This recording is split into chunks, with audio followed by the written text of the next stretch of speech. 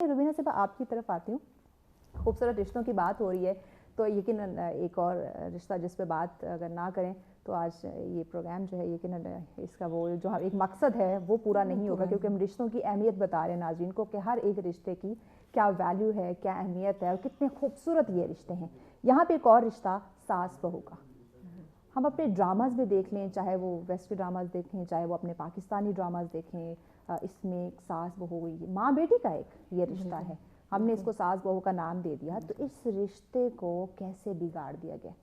यानी कि वहाँ से अगर बेटी ब्याह के दूसरे घर जा रही तो वहीं से माँ उसके कान भरना शुरू कर देगी, बाकी रिश्तेदार उसके कान, दोस्त ने उसके कान भरना शुरू कर देंगी। अगर वो अगले घर आती है तो उसके माइंड में वही चीज़ें होती हैं कि वहाँ मेरे रिश्तेदार, मेरे घर वालों ने कहा था कि सास है, इसके ऊपर रोब रखना है, बिल्कुल इसके वो जो है दबाव में नहीं आना। तो ये जितने खूबसूरत रिश्ते हैं हमने इनको भी बिगाड़ के रख दिया है। यानी कि एक माँ को आप छोड़ के आ रहे हैं तो दूसरे घर में आपको एक और माँ मिल रही है, तो आपने उसी तरह से रिएक्ट करना है जैसे आप अपनी माँ के साथ करते हैं। लेकिन हमने वो एक जो रिश्ते की खूबसूरती है, जो एक तकद्दुस है, हमने वो भी पामाल कर दिया। उसकी वजह ये है कि हमने शुरू में ही बेटी के कान में ये बात डाल दी होती है कहाँ से, क्योंकि इस्लाम में तो कहीं नहीं, बिल्कुल इस्लाम में नहीं है, लेकिन हम तो बेटी को जो बिगाड़ रहे होते हैं ना इस्लाम में, हम ये नहीं सोच रहे होते कि ये चीज़ इस्लाम में है या नहीं है।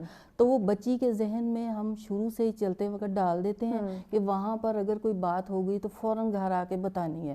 और बेटी का घर बिगाड़ने में माँ का बड़ा अहम किरदार अदा होता है। मुझे याद है एक मरतबा, मैं आपको एक अपनी घर का ही एक वाक़या बताती हूँ कि मैं अपनी फूफो के घर में बैठी हुई थी, तो उनकी बेटी का फ़ोन आ गया कि अम्मी मेरे साथ ये सलूक हो रहा है। तो वो मेरी फूफो थी, तो उन्होंने कहा खबरदार अगर घर आई तो मैं तुम्हारी टांगें तोड़ दूंगी। अब वो तुम्हारा घर है, उन्हीं को जो है आप, तो वो फ़ोन के अंदर से वो रोने की जो आवाज़ें आ रही थी ना, वो एकदम से वो ख़त्म हो गई। तो देखें, ये माँ जब तक शह देती रहेगी ना तो बेटियों के घर जो है वो उजड़ते रहेंगे। और जब तक माएँ अपनी बच्चियों की अच्छी तरबियत नहीं करेंगी तब तक ये मसला हल नहीं होगा। वो कहते हैं ना कि एज इज ना वो पहले अपने रिश्तों को समझेंगी, ना वो शादी के बाद आने वाले रिश्तों को समझ पाएंगी। और फिर हम तभी तो कहते हैं कि मुहावरे बने हुए हैं, as is the mother as is the daughter, like mother like daughter. अभी माशाल्लाह से बड़ी खूबसूरत उन्होंने गुफ्तगू फरमाई इस मौजू पर।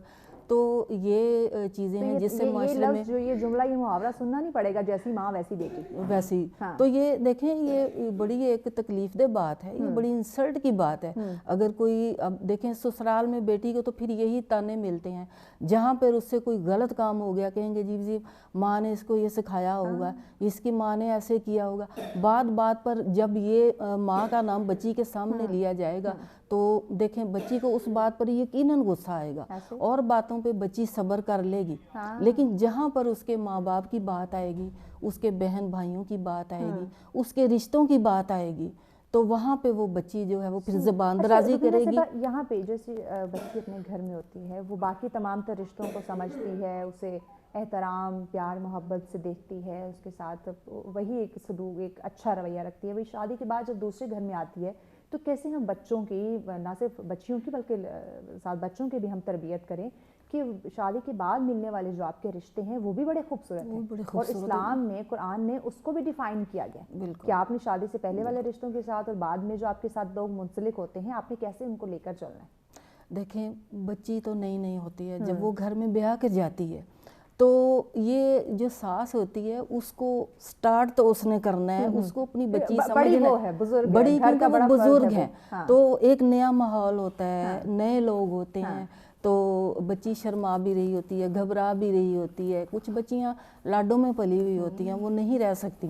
तो मैं भी बड़े लाडों में पली हुई थी, तो मैं भी जब जाती थी तो मैं भी कहती हूँ मुझे यहाँ से ले जाए, मैंने नहीं रहना यहाँ पे। तो मेरी तो खैर सास ही नहीं थी, तो मेरे हस्बैंड जो थे वो बहुत अच्छे थे और माशाल्लाह से 10 भाई हैं और 10 मेरी जो जेठानी देवरानी थी, सब कितनी तादाद में रिश्ते हैं वो फिर मैटर नहीं करते।